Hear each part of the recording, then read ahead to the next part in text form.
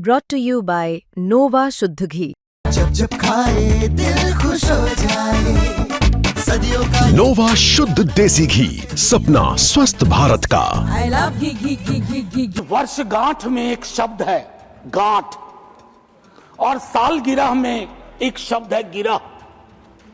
तो ये गिरह और गांठ को समझे बगैर 150वीं साल का उत्सव गान उत्सव मैं समझता हूं आधा अधूरा होगा। वंदे मातरम के माध्यम से कश्मीर पे बोलूंगा, शाम में मेरी ट्रोलिंग हो जाएगी। मैं नहीं बोलूं क्या? चुप हो जाऊं? प्रधानमंत्री जी को एक्चुअली बीजेपी के लोगों को नेहरू का धन्यवाद करना चाहिए। वो पॉलिटिकल लाइफ जैकेट की तरह इस्तेमाल किए जाते हैं। Nehru ji political life jacket. माननीय उपसभापति महोदय, सदन का जिन किसी ने इस पर चर्चा की कोशिश शुरुआत की, इस आइडिया को भी सलाम प्रणाम।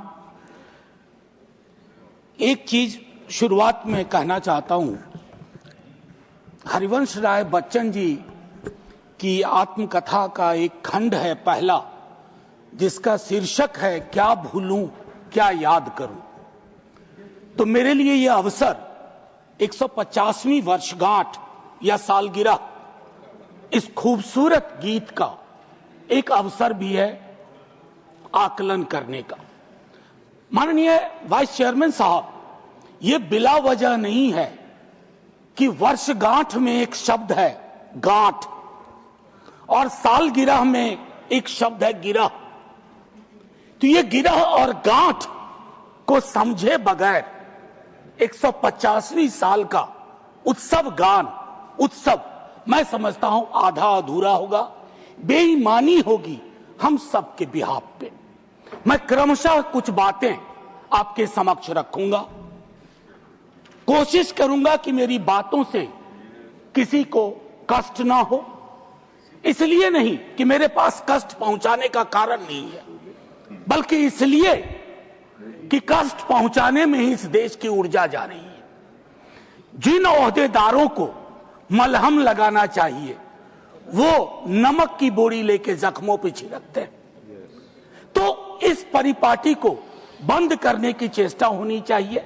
मुझे स्मरण है कि कई साथियों से जब बात होती है, सत्ता पक्ष के भी हैं, वो भी ऐसा ही विचार रखते हैं। गर्व की बात है कि क्योंकि ये गीत हमारी सांस्कृतिक और भावनात्मक एका पहचान का प्रतीक। बंगाल में लिखा गया लेकिन सरहद पार कर गया, सिर्फ इसलिए नहीं कि इसके बोल बहुत अच्छे थे। इस गीत के स्पिरिट को देखिए, इस गीत का स्पिरिट बंगाल से पंजाब पहुंचता है, जहां इसको जानने वाले लोग नहीं थे, इसके शब्दार्थ को भावार्थ को समझ रहे थे। इसलिए मैं कह रहा हूं कि विविधताओं के बावजूद बहुलवादी संस्कृति इस देश का हिस्सा रही है। हम ऐसे ही पले बढ़े हैं। कोई नुक्कड़, कोई गली, कोई गांव नहीं है जहां हमने हिंदू, मुसलमान, सिख, ईसाई, नास्तिक ना देखे हों। आजादी की लड़ाई में सबका योगदान, हिंदू, मुसलमान, सिख, ईसाई और नास्तिक भी। अपने जीवन के एक बड़े हिस्से में मैं भी नास्तिक, जब मैंने भगत सिंह को पढ़ा, मैं नास्तिक क्यों, तो मुझे गर्व होता था कि भगत सिंह वाली परंपरा। एक चीज मैं इससे पहले कि कहूं, एक महत्वपूर्ण चीज कहना चाहता हूं। मैं इस सदन में जितनी बार बोला हूं, नेहरू जी जरूर यहां चर्चा में आते हैं। जवाहरलाल नेहरू। सर, मैं कांग्रेस का नहीं हूं, लेकिन अपने को नेहरूवादी मानता हूं, गांधीवादी मानता हूं, अंबेडकरवादी मानता हूं, और परस्पर विरोध नहीं है। इनका तब के वक्त में विरोध था, लेकिन मैं आज कह रहा हूं, अगर कोई ऐसी व्यवस्था हो कि ये पृथ्वी पे आएंगे ना, तो एक मोर्चा बना लेंगे एक साथ मिलकर। आज की हकीकत के संदर्भ में मैं क्यों कह रहा हूं, एक छोटी चिट्ठी, आजकल चिट्ठियां पढ़ी जा रही हैं सर, लेकिन चिट्ठियां पढ़ने में लोग थोड़ी बेईमानी कर रहे हैं। सेमीकोलन के बाद का हिस्सा पढ़ते हैं, पूरा पत्र नहीं पढ़ते हैं। अमृता शेरगिल जी जवाहरलाल नेहरू जी को लिख रही हैं। ये है नवंबर 6, 1937। सर गौर कीजिएगा, बहुत प्यारी खूबसूरत चिट्ठी है। ये चिट्ठी कहती है, उनकी किताब मिली थी आत्मकथा। ये चिट्ठी कहती है, my dear Jawahar, as a rule I dislike biographies and autobiographies. They ring false, pomposity or exhibitionism. But I think I like yours. You are able to discard your hello. You are capable of saying, when I saw the sea for the first time, when others would say, when the sea saw me for the first time. Sir आजकल ऐसे लोग बहुत तरक्की कर रहे हैं जो ये कहते हैं कि समंदर ने आज मुझको पहली बार देखा, ये नहीं कि मैंने समंदर को पहली बार देखा। ये एक महत्वपूर्ण चीज है। सर ध्रुवीकरण आज के हमारे जीवन का हिस्सा बन गया। क्या बंकिम बाबू ने यह कल्पना की थी, उस महाकवि ने यह कल्पना की थी कि देश इतने टुकड़ों में बंट जाएगा? पार्टीशन से ज्यादा।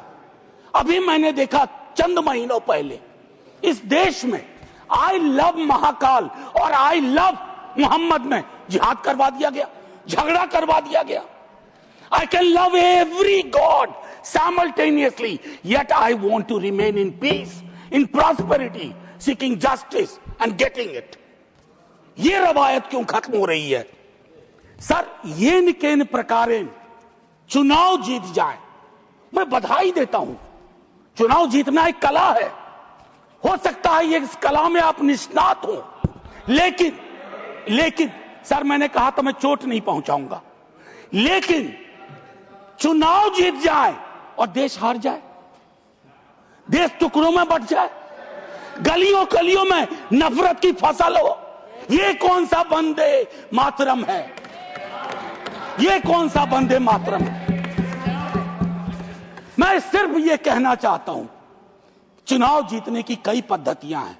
कुछ पब्लिक को पता है, कुछ अभी नहीं पता है, आने वाले दिनों में पता चल जाएगा, क्योंकि इस मुल्क में कोई सीक्रेट बहुत दिन छुपता नहीं है। लेकिन एक चीज जो सबके सामने उजागर है कि आप चुनाव के वक्त, चुनाव से पूर्व, चुनाव के दौरान आप किस प्रकार की जुबान बोल रहे हैं। सर मैं जानता हूं, जब तमाम हमारे सीनियर साथी लोग, मंत्री लोग एक दिन तो पब्लिक लाइफ छोड़ के जाएंगे, मैं भी जाऊंगा छोड़ के, सर मैं भी छोड़ के जाऊंगा, लेकिन मूल्यांकन करूंगा मेरी बातों ने कितनों को चोट पहुंचाई है, कितने घर में दीवारें खड़ी कर दी, कितने गांव में तकसीम जैसे हालात कर दिए। मैं वंदे मातरम के माध्यम से कश्मीर पे बोलूंगा, शाम में मेरी ट्रोलिंग हो जाएगी, मैं नहीं बोलूं क्या? चुप हो जाऊं भय से, डर से? सर 1 मिनट का वक्त दीजिए, मैं ज्यादा वक्त, मेरे दूसरे स्पीकर हैं वो बोलेंगे, बस मुझको 1 मिनट का वक्त दीजिए। मेरी बातें अधूरी रह गई हैं, लेकिन ऐसे अवसरों पर अक्सर होता है। सालगिरह जरूर मनाएं, गिरह का ध्यान रखें, वर्षगांठ जरूर मनाएं, गांठों का ध्यान रखें, और अगर वो न कर पाए तो इतना जरूर करें, इन महापुरुषों को, इनकी रचना को अपनी राजनीति का अवसर न बनाए, औजार न बनाए। और एक आखिरी टिप्पणी करूंगा, पहले भी कह चुका हूं, सर इस सदन में पक्ष विपक्ष दोनों तरफ महापुरुषों को याद करने वाले लोग हैं। सर 30 सेकंड और दे दीजिए, न जाने उस कुर्सी में क्या है जो बैठता है, जो बैठते हैं। सर बस 30 सेकंड दे दीजिए, मैं 30 सेकंड मांग रहा हूं। प्लीज मैं सिर्फ इतना कहना चाहता हूं, मैंने पहले भी कहा, प्रधानमंत्री जी को एक्चुअली बीजेपी के लोगों को नेहरू का धन्यवाद करना चाहिए। वो पॉलिटिकल लाइफ जैकेट की तरह इस्तेमाल किए जाते हैं। Nehru ji political life jacket. इसलिए कल सदन में एक नेता ने कहा, मैं आज यहां दोहराता हूं, एक दिन तय करिए और तय करिए कि मुकदमा हो। आप भी जिरह करिए, हम भी जिरह करें। मैं इतिहास का छात्र हूं, दिल्ली आया था एमए हिस्ट्री करने, धारा थोड़ी बदल गई, लेकिन आज भी इतिहास को संदर्भ में देखता हूं। 1937, 1905, 1915 की बातें पढ़ूंगा तो पूरा पैराग्राफ पढ़ूंगा, सेमीकोलन के बाद नहीं पढ़ूंगा। और मेरा इतिहास बोध 14 से पहले का है, 14 के बाद का नहीं है। जय हिंद, वंदे